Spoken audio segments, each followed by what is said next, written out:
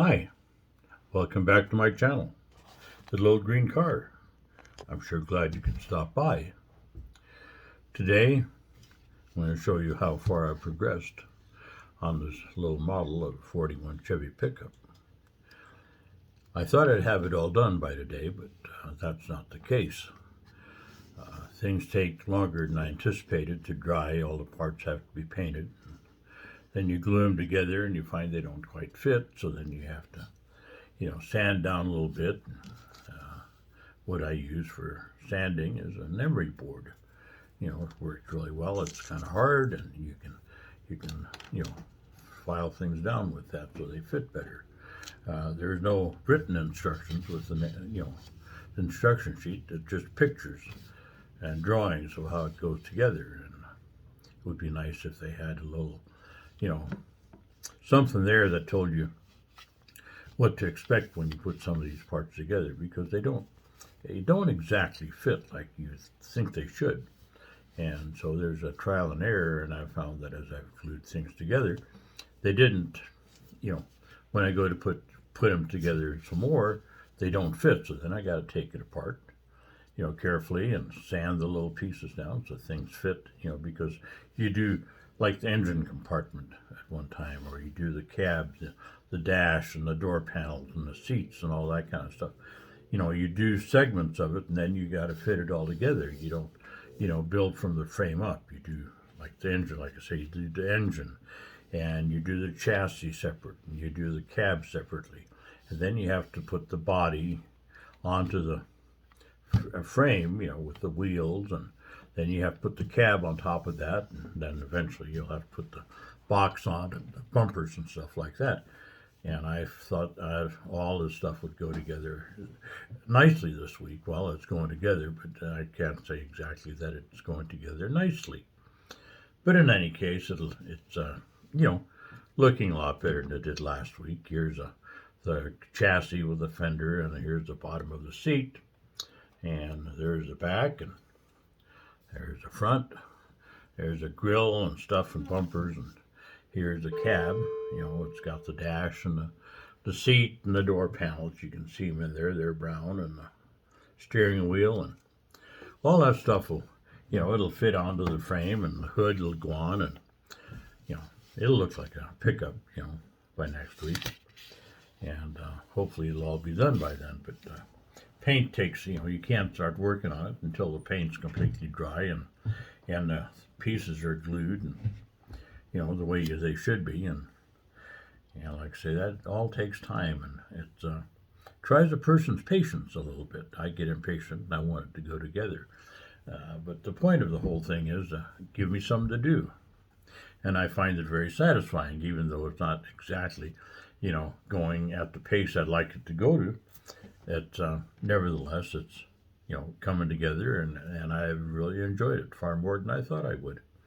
And I'm looking forward to my next project, which will probably be, I think I'll make myself a checkbook cover. Mine is kind of worn out, and it would show people how to carve leather and tool it and stuff and lace it together. It'd be, kind of a little something that maybe, get people motivated to do something like that. And that's the whole purpose of this. It isn't to showcase my abilities, because I wouldn't want to showcase these abilities to anybody. I mean, I think if you start making models, even if you did them as, a young man or a child, you start making them now, and if the first one will be kind of crude, and the next one will be a little bit better.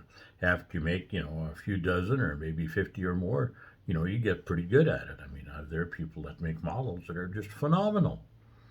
And I think that would be fun to be able to do that. But I'm certainly not at that stage yet, and maybe someday I will. But same with leather work. I mean, I was pretty good at making leather projects and stuff. When I worked at packing house, I worked part-time in a saddle shop. I'd get off work at 2 o'clock, and then I'd go to work in the saddle shop and repair saddles, and the saddle maker there taught me how to make saddles, and we made saddles and harnesses and halters and shafts and all kinds of stuff for the working cowboy here in Montana. And I enjoyed that a lot, but I couldn't make a living at it, not support my family. And But it was it was an enjoyable job working part-time at it. And I did a lot of leather projects and stuff. And when I was driving truck, of course, then again, I didn't have the time that it takes to devote to that sort of stuff full time. And now that I'm retired, I could, make some leather work. I could make wallets and checkbook covers and handbags and that kind of stuff.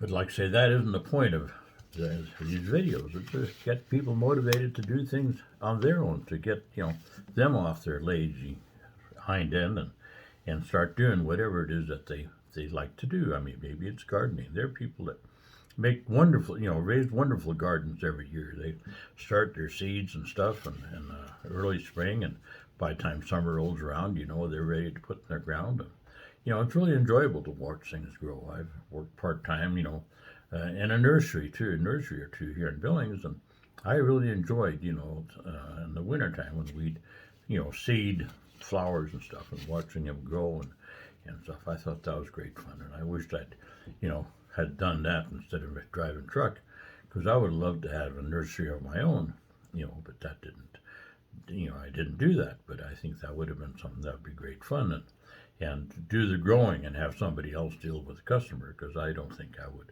be very good at dealing with some fussy old lady, or dealing with people is not my forte.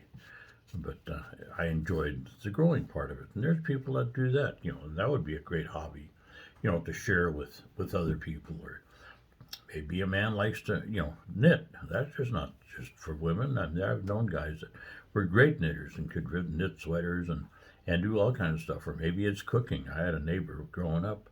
He wouldn't let his wife in the kitchen. He was a really fussy gourmet chef, and he made wonderful food. I can't cook worth a darn. I mean, I'd burn water. I have no business in the kitchen. I just don't have an interest in it. I sure like to eat good food, and fortunately, I married a woman that, was a marvelous cook. So there again, share those kind of hobbies. This channel isn't just for men. I mean, women can share the things they like to do. There are a lot of women that are, good mechanics that like cars and like motorcycles. I love motorcycles. I had them for years.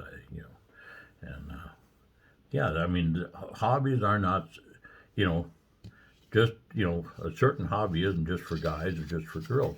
Anybody can do any hobby, and be just as good at it as male or female. It makes no difference. But I think that just share with other people the things that you like to do, that you're interested in. Whether women. Share the things that you like to do, because I'm sure they're faced with the same problems that us guys are. They've been school teachers, or they've been secretaries, or they've been nurses, or lawyers, or doctors, whatever it is that, a man or a woman pursues in life. Once you retire, you're no longer that individual. You're no longer that lawyer or that accountant or that doctor. You're retired from that profession, so you have a lot of time on your hands. So find out find something to do, and, get involved with it, and, tell others about it.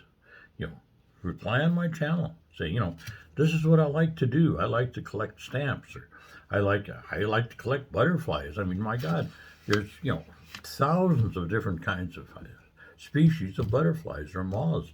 There are people that collect those, and they pin them, and they display them in display cases. They're gorgeous. I've seen a lot of that stuff. Or, there's just, it's a limitless amount of stuff that people could be doing as hobbies. So share that with the rest of us. Share that with the community of retired people that, like to do these things, like to do something totally different from what they did for a living. I mean, doing, these kinds of projects has nothing to do with driving truck. I would still like to drive truck, but the rules and regulations have become such that I'm just not interested anymore. And I thought 41 years behind the wheel, that's long enough. I don't want to drive truck anymore. But I need something to challenge my mind. I don't want my brain to turn to stone. Some people telling me it's already turned to stone. But I think that I keep myself active, and making these videos, that's a huge challenge for me, because I'm not a video guy. I'm not a computer geek. But I'm learning. I got to learn to do this stuff.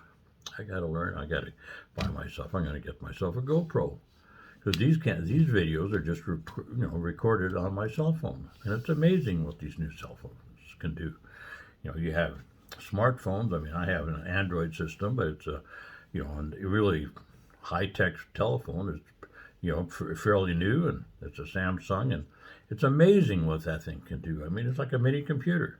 I mean, these phones these days can do what a computer the size of a house used to be able to do back in the 60s and 70s. They were huge, monstrous things. Now you can carry it in your back pocket, and it's amazing the things that you can do with these phones, like to recording these videos, and I think they turn out all right, for just being a cell phone.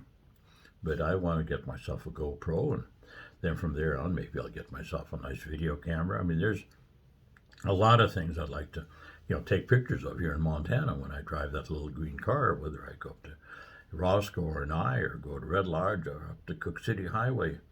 There's just beautiful parts of the country that I'd love to share with the rest of Montana and the rest of the country.